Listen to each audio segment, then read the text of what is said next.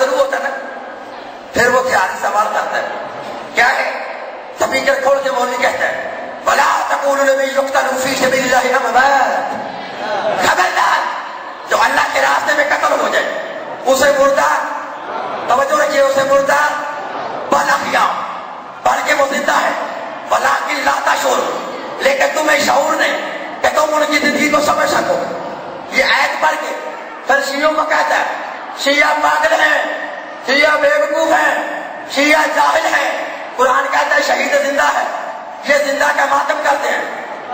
توجہ رکھیے گا میرے بھائی, ماتم حرام ہے, شہید زندہ ہے. دلیل میں نے وہ دینی ہے, اگر تیرے ذہن میں بیٹھ گئی تو 20 سال کے لیے تیرے ذہنوں میں گھومے گی. توجہ رکھیے گا, کہتا ہے شہید زندہ ہے, ماتم حرام ہے.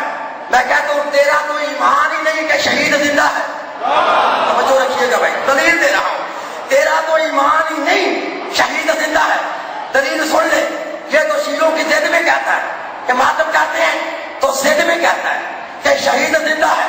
میں کہتا ہوں تیرا ایمان ہی نہیں, شہید زندہ ہے. دلیل دے رہا ہوں کہ جب ہم شیعہ ماتم کرتے ہیں تو کہتے ہیں شہید زندہ ہے, ماتم حرام ہے.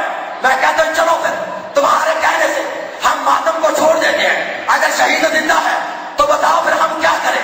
تو پتا پھر کیا کہتا ہے, ختم دباؤ, ختم ختم. اب پوچھ ختم تیری ماں کا دعائیں حسین تو زندہ ہے.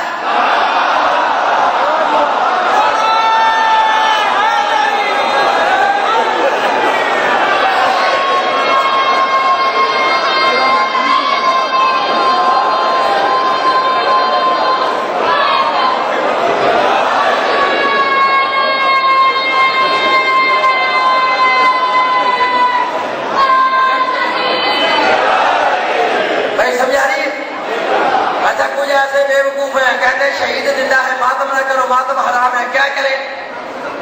نہیں, پڑھ کے بخشو, پڑھ کے پوچھ کس کو بخشے, وہ کس کو بخشے؟ پہلے پوچھو مولوی سے کہ بخشا کسے جاتا ہے؟ بخشا اسے جاتا ہے جس میں 2 صفتیں ہوں, پہلے مردہ بھی ہو اور پھر گناہگار بھی ہو.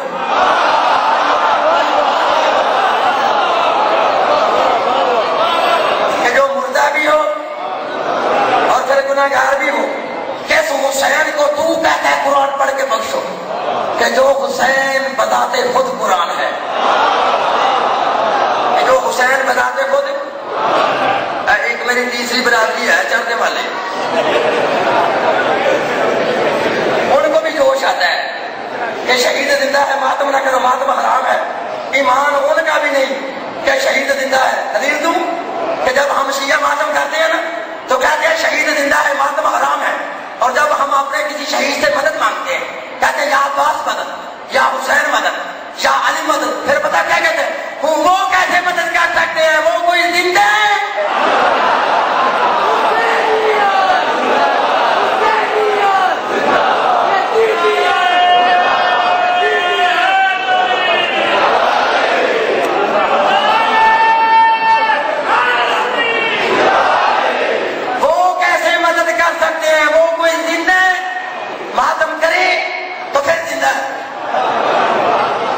مانگے تو پھر اب ثابت ہو گیا, ان کا ایمان ہی نہیں کہ شہید وہ شیعو.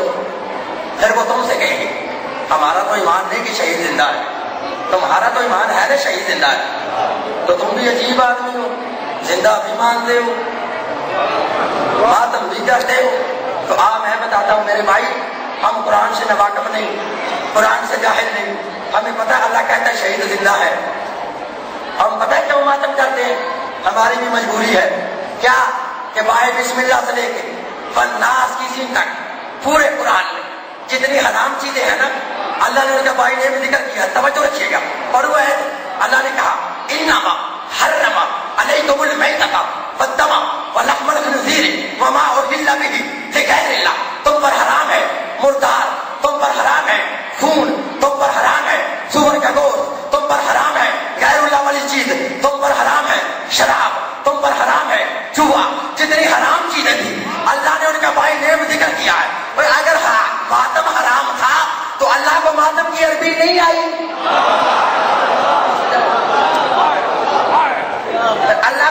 تیربیت بھی نہیں آئی.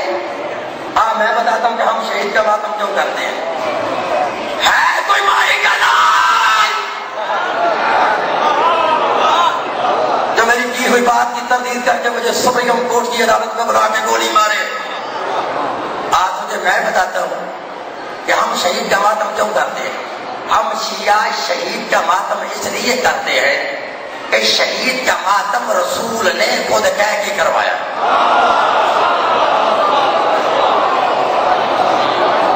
رسول نے خود رکھ مولویوں کے ساتھ قرآن پوچھ کرایا. بولو کروایا. میں منا کے چھوڑوں گا نہیں میں. اللہ نے اتنی طاقت دی ہے مجھے کہ میں گوڑاتا ہوں رکھ کے مرواؤں. کتاب کا نام ہے تاریخ طبری. محمد بن جریر طبری 310 ہجری میں پیدا ہونے والا اس کتاب کے اندر لکھتا ہے. دوسری کتاب ہے سیرت النبی. علامہ شبلی جو بندی اس کتاب میں لکھتا ہے کہ جب جنگ احد کے اندر نبی کے چچا حضرت امیر حمزہ رضی اللہ تعالیٰ عنہ شہید ہو گئے تو اس وقت تمام مدینہ ماتم کدا بن گیا. مدینے کے ہر گھر سے ماتم کی اور رونے کی صدائیں بلند ہوتی تھی. ہر شہید کا وارث اپنے اپنے شہید کی لاش کے ارد گرد حلقہ باندھ کر ماتم بھی کرتا تھا اور نوحہ بھی پڑھتا تھا.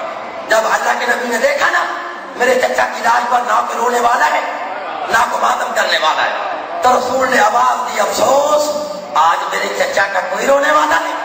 لکھا ہے اس آواز کو صحابہ کرام کے مستورات نے سنا اور اس جگہ پہ آئے جہاں امیر حمزہ کی لاش تھی. امیر حمزہ کی لاش کے ارد گرد ہلکا باندھ کر ماتم بھی کیا نوحہ بھی کرا. آج تجھے بتاؤں کہ شہید کے ماتمی کا کتنا بلند مقام ہے. رسول کی نظر میں وہ کتنا عظیم انسان ہے جو شہید کا ماتمی ہے. یہ دونوں لکھتے ہیں مصنف کہ جب رسول نے اپنی آنکھوں سے دیکھا نا کہ میرے چچا کا ماتم ہو رہا ہے لکھا ہے رسول قریب ہوئے جو ماتم کر رہا تھا رسول نے اپنے دونوں رحمت والے ہاتھوں کو بلند کیا بلند کر کے فرماتے ہو میرے چچا کا ماتم کرنے والوں سنو رضی اللہ عنہ کنہ فعن اولاد کنہ اور تم پہ بھی اللہ راضی تمہاری اولاد پہ بھی اللہ راضی.